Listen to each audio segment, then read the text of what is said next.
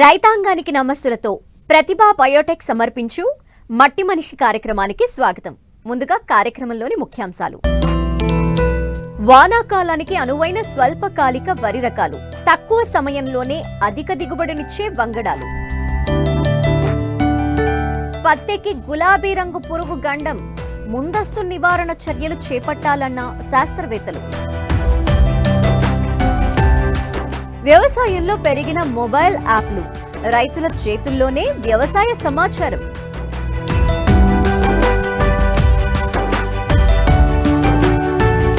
వానాకాలం పంటల సాగు ప్రారంభమైంది. వరిలో ఇప్పటికే దీర్ఘకాలిక వరి రకాల్ని నారుమడులు పోసుకున్నారు రైతులు. అయితే మారుతున్న వాతావరణ పరిస్థితుల కారణంగా ఎప్పుడు ఎలాంటి ఉపద్రవాలు ముంచుకొస్తాయో తెలియదు.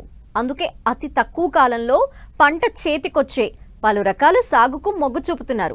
అయితే ఖరీఫ్ కి అనువైన స్వల్పకాలిక రకాలేంటి, వాటి గుణగణాలేంటో శాస్త్రవేత్త ద్వారా తెలుసుకుందాం.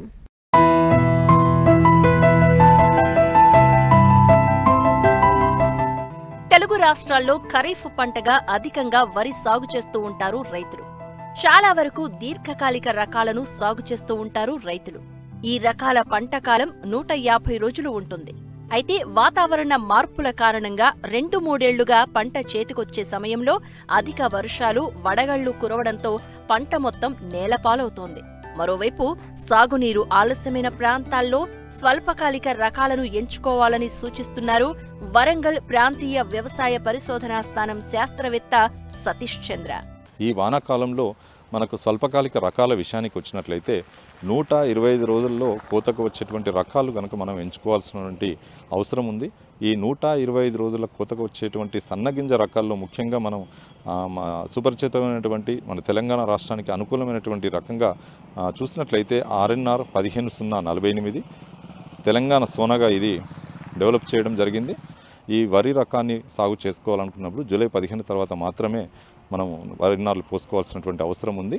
ఈ వానాకాలంలో RNR 15-048 సాగు చేసినప్పుడు కొంతవరకు ఈ కాండం తొలుచు పురుగు నివారణకు తగినటువంటి సస్యరక్షణ చర్యలు చేపట్టవలసినటువంటి అవసరం ఉంటుంది. నూక శాతం అనేది చాలా తక్కువగా ఉండడం వల్ల ఈ రకానికి మార్కెట్లో అమితమైనటువంటి డిమాండ్ ఉన్న దృష్ట్యా ఈ రకాన్ని సాగు చేసుకోవాలనుకున్న రైతులు కొంతమేర శ్రద్ధ కనుక పెట్టినట్లయితే ఆశించినటువంటి దిగుబడులు పొందడానికి అవకాశం ఉంటుంది. ముఖ్యంగా ఎకరానికి చూసుకున్నట్లయితే 26 నుంచి 30 క్వింటాల దిగుబడి మనకు ఇచ్చేటువంటి రకంగా దీన్ని గుర్తించడం జరిగింది. కనుక రైతాంగం ఈ రకాన్ని 2 కాలాలలో కూడా వానాకాలం మరియు యాసంగిలో వేసినా కూడా మనకు యాసంగిలో ఈ రకాన్ని సాగు చేసినట్టుగా కూడా మనకు ఎటువంటి నూక అవ్వడానికి అవకాశం లేకుండా ఉండడానికి అవకాశం ఉంటుంది.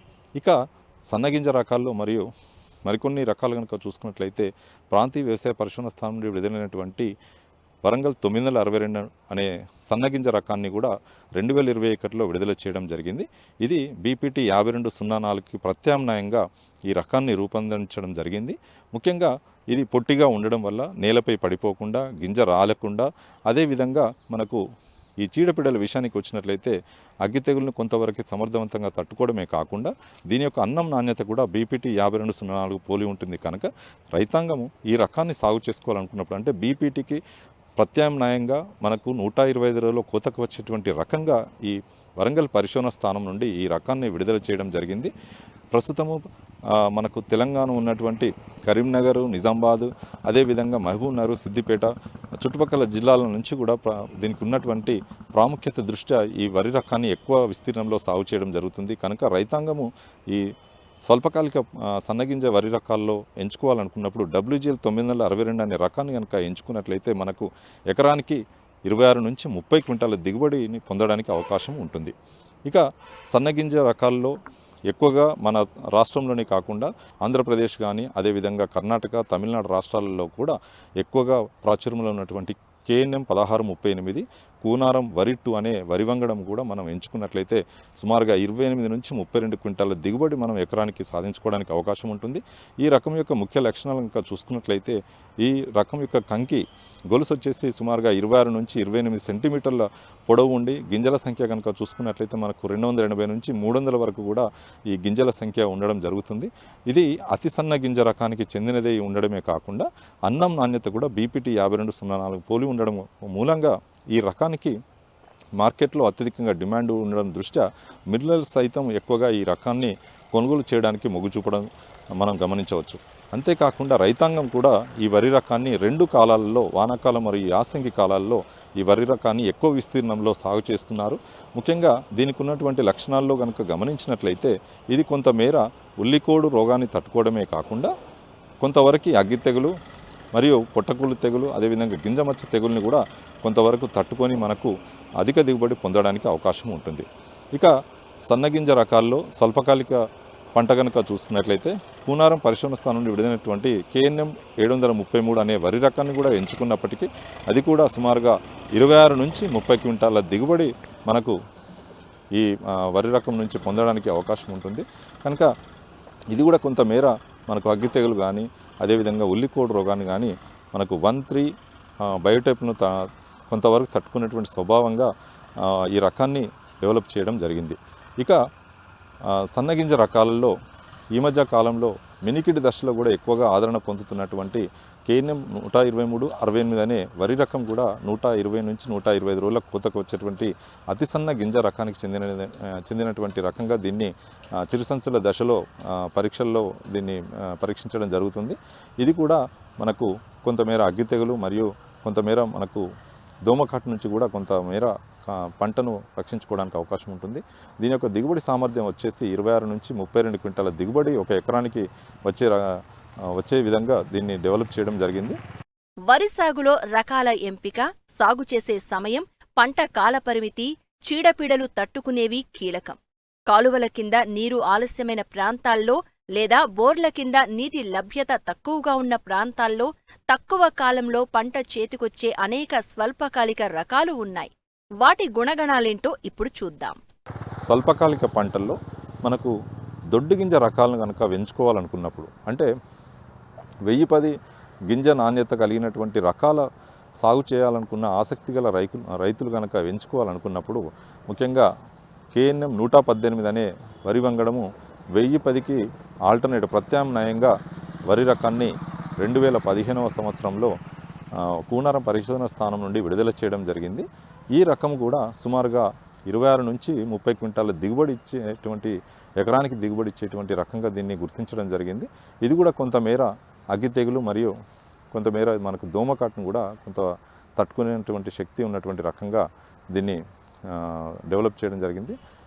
సో దీన్ని 1010తో పోల్చినప్పుడు గింజ రాలిక అనేది చాలా తక్కువగా ఉంటుంది. మనకు 1010లో ఈ కోతకు వచ్చిన టైంలో ఎక్కువగా గింజ రాలడం అనేది రైతాంగము పొలంలో గమనించడం జరుగుతుంది.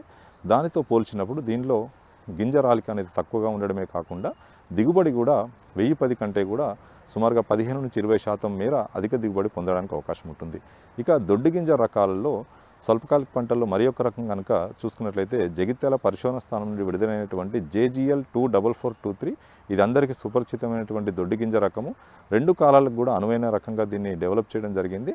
ఇది కొంతవరకు దోమకాటును మరియు ఇతర పొట్టకుళ్ళు తెగులు కానీ గింజమచ్చ తెగులను కొంతవరకు తట్టుకునేటువంటి స్వభావం ఉన్నటువంటి రకము. ఇది ఎకరానికి 30 నుంచి 35 క్వింటాల దిగుబడి కూడా ఇచ్చేటువంటి రకంగా దీన్ని డెవలప్ చేయడం జరిగింది.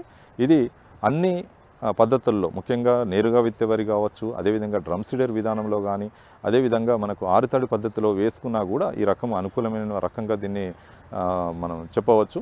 సో ఈ రకాన్ని వేసుకున్నప్పుడు రైతులు నేలపై వాలకుండా, గింజ రాలిక లేకుండా ఇది ఎక్కువగా మనకు అన్ని వరి సాగు పద్ధతుల్లో కూడా ఇది ఎక్కువ దిగుబడి ఇచ్చేటువంటి రకంగా దీన్ని వృద్ధిపరచడం జరిగింది.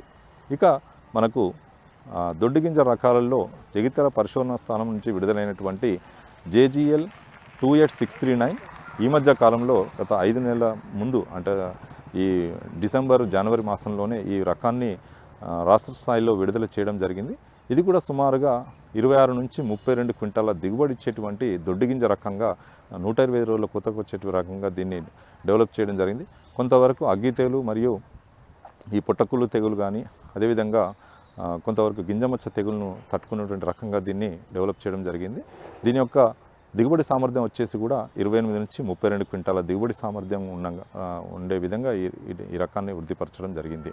కనుక రైతాంగము మన పంటలకు మన నేల స్వభావాన్ని అనుసరించి వాతావరణ పరిస్థితులను బట్టి సరియైన విత్తన ఎంపిక కనుక చేసుకున్నట్లయితే మనకు ఈ వానాకాలంలో ఆశించినటువంటి దిగుబడులు పొందడానికి అవకాశం ఉంటుంది.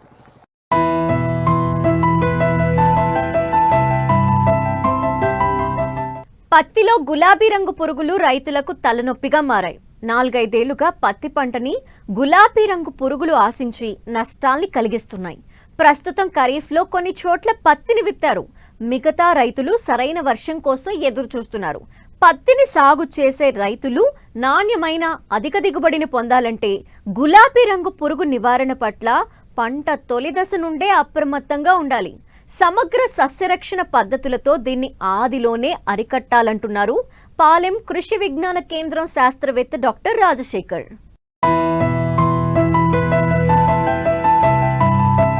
తెల్ల బంగారంగా పిలువబడే పత్తి మన దేశంలో అన్ని రాష్ట్రాల్లో పండిస్తున్నారు. ప్రముఖ వాణిజ్య పంట కావడంతో ఇటు తెలుగు రాష్ట్రాల్లో అధిక విస్తీర్ణంలో సాగుతోంది. అయితే సాగు విధానంలో వచ్చిన మార్పుల వల్ల ఈ పంట అనేక సమస్యల వలయంలో చిక్కుకుంటోంది. మొదట్లో సూటి రకాలను సాగు చేసేవారు. క్రమేపీ శనగపచ్చ పురుగును తట్టుకునే విధంగా BT1 పత్తి రకాలను విడుదల చేశారు. పొగాకు లద్దె పురుగు కూడా పత్తికి సమస్యగా మారడంతో రెండింటినీ తట్టుకునే విధంగా BT2 పత్తి రకాలు విడుదలయ్యాయి. కొన్నాళ్లు బాగానే ఉన్నా 4 ఏళ్ల నుండి ఈ పంటను గులాబీ రంగు పురుగు పట్టి పీడిస్తోంది. దేశంలో వాడే 60% పురుగు మందులు పత్తి పంట మీదే చల్లుతున్నట్లు గణాంకాలు చెప్తున్నాయి. హైబ్రిడ్ BT పత్తి రకాలు ప్రవేశించిన తర్వాత కూడా ఈ ఒరవడి మారలేదు. పైగా గతం కంటే విత్తన ఖర్చు పెరుగుతూ వస్తోంది. కంపెనీల ప్రచార హోరులో రైతులు హైబ్రిడ్ BT పత్తి మాయలో పడ్డారు. 2000 సంవత్సరంలో దేశంలో ప్రారంభించిన BT పత్తి సాగు ఇప్పటి వరకు మంచి ఫలితాలనే అందించినా గులాబీ రంగు పురుగు దీనికి నిరోధక శక్తిని పెంచుకోవడంతో గత అనుభవాల దృష్ట్యా పత్తి పంటపై నీలి నీడలు కమ్ముకున్నాయి.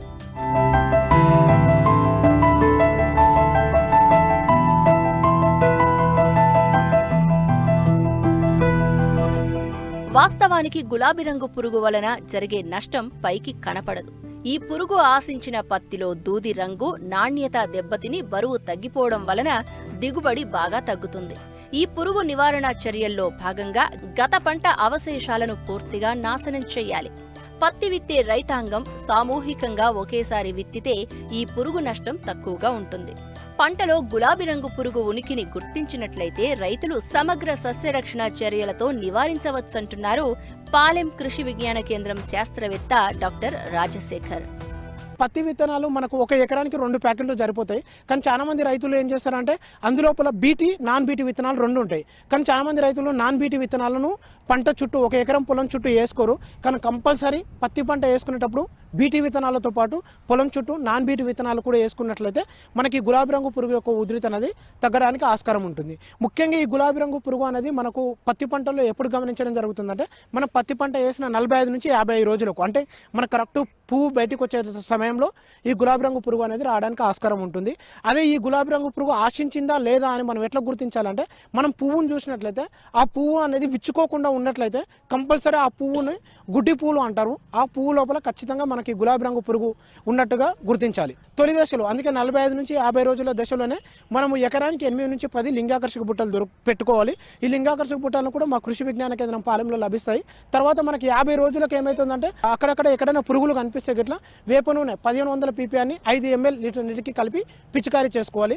పురుగు ఉధృతి అధికంగా ఉన్నప్పుడు మాత్రం థైయోడికార్బ్ అనే రసాయనాన్ని 1.5 గ్రాములు లీటర్ నీటికి కలిపి పిచికారీ చేసుకున్నట్లయితే పత్తి లోపల వచ్చేటటువంటి గులాబీ రంగు పురుగును సమర్థవంతంగా నివారించుకోవచ్చు. వ్యవసాయ అనుబంధ రంగాలపై అధిక శాతం గ్రామీణ ప్రజలు ఆధారపడి ఉన్నారు. అయితే ప్రస్తుత డిజిటల్ యుగంలో సాంకేతికత కొత్త పుంతలు తొక్కుతోంది. గత కొన్ని దశాబ్దాలుగా వ్యవసాయ అనుబంధ రంగాలలో పురోభివృద్ధి దిశగా పయనిస్తూ వ్యవసాయ రంగంలో హరిత విప్లవం, పాడి పరిశ్రమలో శ్వేత విప్లవం, మత్స్య రంగాలలో నీటి విప్లవం సాధించింది. వీటి ఫలితంగానే 1950 నుండి ఆహార ధాన్యాల ఉత్పత్తిని 5 రెట్లు, పాడి ఉత్పత్తిని 7 రెట్లు పెంచుకోగలిగాం. ముఖ్యంగా వ్యవసాయంలో ప్రస్తుతం మొబైల్ని ఏ విధంగా వినియోగించుకోవాలో తెలియజేస్తున్నారు మహబూబాబాద్ జిల్లా మాల్యాల కృషి విజ్ఞాన కేంద్రం శాస్త్రవేత్త కిషోర్ కుమార్. వ్యవసాయ రంగంలో భారతదేశం సాధించిన పురోభివృద్ధిలో విస్తరణ శాస్త్రవేత్తలు, వ్యవసాయ అధికారుల పాత్ర ఎంతగానో ఉంది. రైతులకు సరైన సమయంలో శాస్త్ర విజ్ఞానం, ఆధునిక సమాచారం అందించగలిగితే పంట దిగుబడి పెరిగి వ్యవసాయం లాభదాయకమవుతుంది. అంతేకాకుండా మన దేశం సాంకేతిక రంగం, ఎలక్ట్రానిక్ రంగాలలో కూడా ఎంతో పురోభివృద్ధి సాధిస్తోంది. అందువల్ల రైతులకు ఎలక్ట్రానిక్ మాధ్యమాల ద్వారా ఎన్నో రకాలైనటువంటి మెరుగైన సేవలను అందించగలిగే అవకాశం ఉంది. సాంప్రదాయ ఈ విస్తరణ మాధ్యమాలు అయినటువంటి రేడియో, దూరదర్శన్ రైతులకు అవసరమైన సమాచార సేవలు అందచేయడంలో ఎంతగానో దోహదపడుతున్నాయి. అలాగే ఆధునిక ఎలక్ట్రానిక్ మాధ్యమాలైనటువంటి కాల్ సెంటర్లు, మొబైల్ యాప్లు, ఇంటర్నెట్ రైతులకు త్వరితగతిన సమాచారం అందజేయడంలో వివిధ రకాలుగా ఉపయోగపడుతున్నాయి. ముఖ్యంగా మొబైల్ యాప్లు ఎన్నో సమస్యలకు పరిష్కారమవుతున్నాయి. వ్యవసాయ రంగంలో మొబైల్ యాప్ల వాడకం, వాటి వినియోగం గురించి క్లుప్తంగా తెలియజేస్తున్నారు మహబూబాబాద్ జిల్లా మాల్యాల కృషి విజ్ఞాన కేంద్రం శాస్త్రవేత్త కిషోర్ కుమార్. ప్రస్తుత పరిస్థితుల్లో రైతులు వ్యవసాయ రంగంలో అనేక సమస్యలు ఎదుర్కొంటున్నారు. వాటిలో ముఖ్యంగా విత్తనాల ఎంపిక కానీ, తర్వాత వర్షపాతం ఎప్పుడు నమోదవుతుంది కానీ, విత్తనాలు ఎంచుకున్న తర్వాత ఎరువుల యాజమాన్యం కానీ, తర్వాత పంట కోత విషయంలో మార్కెటింగ్ కానీ, ఇలా చాలా రకాల సమస్యలు ఎదుర్కొంటున్నారు. ఈ సమస్యలన్నిటికీ రైతులు ఎదుర్కోవడాలంటే ముఖ్యంగా వాళ్ళ సమస్యల పరిష్కారానికి అగ్రికల్చర్ ఆఫీసర్స్ కానీ, సైంటిస్టులను కానీ కలుస్తుంటారు. అదే కాకుండా ఇప్పుడు ఏంటంటే కొత్తగా అందరు రైతుల దగ్గర ప్రస్తుత పరిస్థితుల్లో మొబైల్స్ అనేవి అందుబాటులో ఉన్నాయి. ఆ మొబైల్స్లో అందరూ దాదాపు మొబైల్ అప్లికేషన్స్ కానీ, యూట్యూబ్ వీడియోస్ ద్వారా కానీ చాలా రకాలైన విషయాలు తెలుసుకుంటున్నారు. ముఖ్యంగా వ్యవసాయ రంగంలో చూసుకున్నట్లయితే వాతావరణానికి సంబంధించి ఏదైనా విషయాలు తెలుసుకోవాలంటే మొబైల్ అప్లికేషన్స్ అందుబాటులో ఉన్నాయి. వాటిలో ముఖ్యంగా చూసుకున్నట్లయితే టీఎస్ వెదర్ అప్లికేషన్ అని, మేఘదూత్ అప్లికేషన్ అని అందుబాటులో ఉంది. అదేవిధంగా మార్కెటింగ్ ఇన్ఫర్మేషన్, సపోజ్ రైతులు తమ పంట పండించిన తర్వాత పంటను ఎక్కడ మార్కెట్ చేసుకోవాలనే ఇన్ఫర్మేషన్ కోసం ఈనామ్ అప్లికేషన్ అనేది అందుబాటులో ఉంది. అదేవిధంగా వాళ్ళ పురుగులు, తెగుళ్ళ యాజమాన్యం, పంటల్లో వచ్చే దశల్లో వచ్చే పురుగులు కానీ తెగుళ్ళ యాజమాన్యం కోసం ప్లాంటెక్స్ అనే మొబైల్ అప్లికేషన్ అందుబాటులో ఉంది. ఇవే కాకుండా మన professor Jayashankar Telangana agriculture university నుంచి PJTSA అగ్రికల్చర్ వీడియోస్ అనేవి అందుబాటులో ఉన్నాయి. వీడి యొక్క ముఖ్య ఉద్దేశం ఏంటంటే ప్రస్తుతం వ్యవసాయ రంగంలో టైం టు టైం ఏమేమి పురుగులు, తెగుళ్ళు కానీ, తర్వాత కొత్త వెరైటీస్ ఏమేమి వచ్చాయి, అదేవిధంగా కొత్త టెక్నాలజీస్ రైతుల నుంచి ఏమేమి చేస్తున్నారు, వాటన్నిటి నుంచి క్రోడీకరించి ఆ యూట్యూబ్ ఛానల్లో పెట్టడం జరుగుతుంది. రైతు సోదరులు దాన్ని సబ్స్క్రిప్షన్ తీసుకున్నట్లయితే ఆ నోటిఫికేషన్ ప్రతి వారం రోజులు కానీ 10 డేస్కి ఒకసారి నోటిఫికేషన్ రావడం జరుగుతుంది. దాని ద్వారా రైతు సోదరులు పంటలకు అనుగుణంగా ఏ రకాలు వేసుకోవాలి, తర్వాత తెగుల యాజమాన్యం ఏ విధంగా చేపట్టుకోవాలనేది తెలుసుకోవడానికి అవకాశం ఉంటుంది. ముఖ్యంగా ఈ టీఎస్ వెదర్ అప్లికేషన్ కానీ, మేఘదూత్ అప్లికేషన్ చూసుకున్నట్లయితే వాతావరణానికి సంబంధించి ప్రతి వారానికి మంగళవారము, శుక్రవారం రైతులకు ఏంటంటే ఎప్పుడు వర్షపాతం నమోదవుతుంది, గాల్లో తేమ శాతం ఎంత ఉంటుంది, ఎంత వర్షపాతం పడవచ్చు, అదేవిధంగా ఏ రకాలు వేసుకోవాలి, తెగుళ్ళ యాజమాన్యం, వర్షం పడ్డట్లయితే తెగుళ్ళ యాజమాన్యం కానీ, పురుగుల యాజమాన్యం ఏ విధంగా చేసుకోవాలి, అదేవిధంగా ఎలాంటి పంటలు వేసుకోవాలి అనే ఇన్ఫర్మేషన్ కూడా టీఎస్ వెదర్ కానీ, మేఘదూత్ అప్లికేషన్లో ఉండడం జరుగుతుంది. దీని ద్వారా రైతు సోదరులు ఏంటంటే ఏదైనా పంట విత్తుకునేటప్పుడు కానీ, పంట కోత టైంలో కానీ ఈ వర్షపాతాన్ని చూసుకొని చేసుకున్నట్లయితే కొంతవరకు లాభం పొందడానికి అవకాశం ఉంటుంది. ఇవే కాకుండా ఈనామ్ అప్లికేషన్స్ మార్కెటింగ్ రంగంలో ఏంటంటే రైతులు పండించిన పంటకు ఎక్కడ అధిక రాబడి వస్తుంది అనేది తెలుసుకోవడానికి అవకాశం ఉంటుంది. ఈ మొబైల్ అప్లికేషన్ రైతు సోదరులు డౌన్లోడ్ చేసుకున్నట్లయితే, దీంట్లో రిజిస్టర్ చేసుకున్నట్లయితే సంబంధిత ఎక్కడ మార్కెట్లో వాళ్ళకి అధిక ధరలు వస్తాయి అనేది తెలుసుకోవడానికి అవకాశం ఉంటుంది. ఇదే కాకుండా ప్లాంటెక్స్ మొబైల్ అప్లికేషన్ యొక్క లాభం ఏంటంటే ఇది తెలుగులో ఉండడం జరుగుతుంది. రైతు సోదరులు ఈ మొబైల్ అప్లికేషన్ డౌన్లోడ్ చేసుకొని వాళ్ళ పంట యొక్క దగ్గరికి పోయి ఒక 2-3 పంటలను చూజ్ చేసుకొని, పత్తి కానీ, మిరప కానీ, తర్వాత వరి కానీ పంటను చూజ్ చేసుకొని ఆ పంట మీద దాని మొబైల్ అప్లికేషన్ కానీ కెమెరాను ఉంచినట్లయితే ఆ మొబైల్ అప్లికేషన్ ద్వారా దానికి ఏ రకమైన తెగులు కానీ రోగం వచ్చిందో చెప్తుంది. దాంతోపాటు ఏంటంటే దానికి ఏ మెజర్స్ తీసుకుంటే దాని కంట్రోల్ అవుతుందని చెప్పడం జరుగుతుంది. ఈ విధంగా అగ్రికల్చర్ యూట్యూబ్ వీడియోస్ తీసుకున్నట్లయితే, అదేవిధంగా ఇప్పుడు కొత్త టెక్నాలజీస్ వస్తున్నాయి. రైతు సోదరులు డైరెక్ట్ సీడింగ్ ప్యాడీ అని కానీ, విత్తన శుద్ధి కానీ, తర్వాత కొత్త మెకనైజేషన్. వీటిలో ఏంటంటే ఎవరైనా రైతులు సక్సెస్ స్టోరీస్ ఎక్కడైనా జిల్లాలో ఎవరైనా రైతు సోదరులు సక్సెస్ఫుల్గా చేసినట్లయితే వాళ్ళ యొక్క వీడియోస్ని కూడా అందులో పొందుపరచడం జరుగుతుంది. దీని ద్వారా రైతు సోదరులు అనేది తక్కువ పెట్టుబడితో ఎక్కువ లాభాలు పొందడానికి అవకాశం ఉంది. ఈ విధంగా మొబైల్ అప్లికేషన్స్ వాడినట్లయితే రైతు సోదరులు అధిక దిగుబడి సాధించడానికి అవకాశం ఉంటుంది. మట్టి మనిషి కార్యక్రమంలో సంక్షిప్త వార్తలు చూద్దాం. నైరుతి రుతుపవనాలు రాష్ట్రంలోకి మే 26వ తేదీన ప్రవేశించి మే 28వ తేదీన రాష్ట్రమంతటా విస్తరించాయి. రైతులు వర్షాధార పంటలైన పత్తి, సోయా, మొక్కజొన్న, జొన్న, కంది, పెసలు మొదలగు పంటలను సాధారణ విత్తే సమయంలోనే అంటే జూన్ 15వ తేదీ నుండి విత్తుకోవచ్చు. నేల 15 నుండి 20 సెంటీమీటర్ల లోతు తడిచిన తరువాతనే పంటలను విత్తుకోవాలి. జూన్ నెలలో సాధారణం కంటే ఎక్కువ వర్షపాతం నమోదయ్యే అవకాశాలు ఉన్నాయి. రైతులు అధిక వర్షపు నీటిని పొలం నుండి బయటకు తీసివేయడానికి మురుగు కాలువలను ఏర్పాటు చేసుకోవాలి. వర్షాధారపు పంటలను సరైన సమయంలో విత్తుకోవడానికి విత్తనాలు, ఎరువులు, పురుగుమందులు సేకరించుకోవాలి. వేరుశెనగ, సోయా చిక్కుడు, జొన్న, పెసర, కంది, మినుము పంటలను విత్తుకునే ముందు తప్పనిసరిగా విత్తన శుద్ధి చేసుకోవాలి. ఇప్పటికే పత్తి విత్తుకున్న రైతులు విత్తిన 7 నుండి 10 రోజుల లోపు మొలక రాని స్థానంలో మరలా విత్తనం విత్తుకోవాలి. వర్ష సూచనలు ఉన్నందున తాత్కాలికంగా పురుగు మందులు పిచికారీ చేయడం వాయిదా వేయాలి. వరి తర్వాత వరి సాగు చేసే రైతులు పచ్చిరొట్ట పైర్లను విత్తుకోవడానికి అనుకూల సమయం.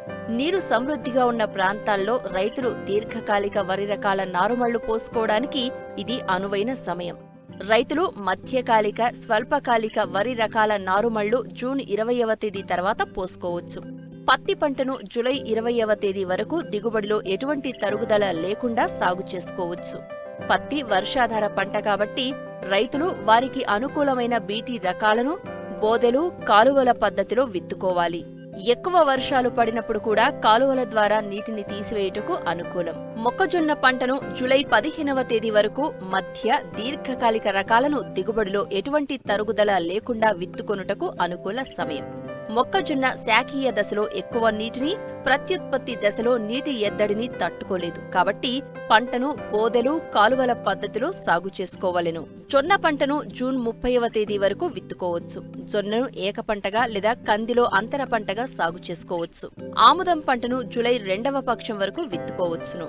కంది పంటను జూలై 15వ తేదీ వరకు దిగుబడిలో ఎటువంటి తరుగుదల లేకుండా సాగు చేసుకోవచ్చు. కంది పంటను విత్తే ముందు విత్తనాన్ని కాప్టాన్ 2.5 గ్రాములు లేదా థైరమ్ 3 గ్రాములు మరియు ట్రైకోడెర్మా విరిడి 10 గ్రాముల మందుతో కిలో విత్తనానికి కలిపి విత్తుకున్నట్టయితే విత్తనం లేదా భూమి ద్వారా సంక్రమించే శిలీంధ్రాల నుండి పంటను కాపాడుకోవచ్చు.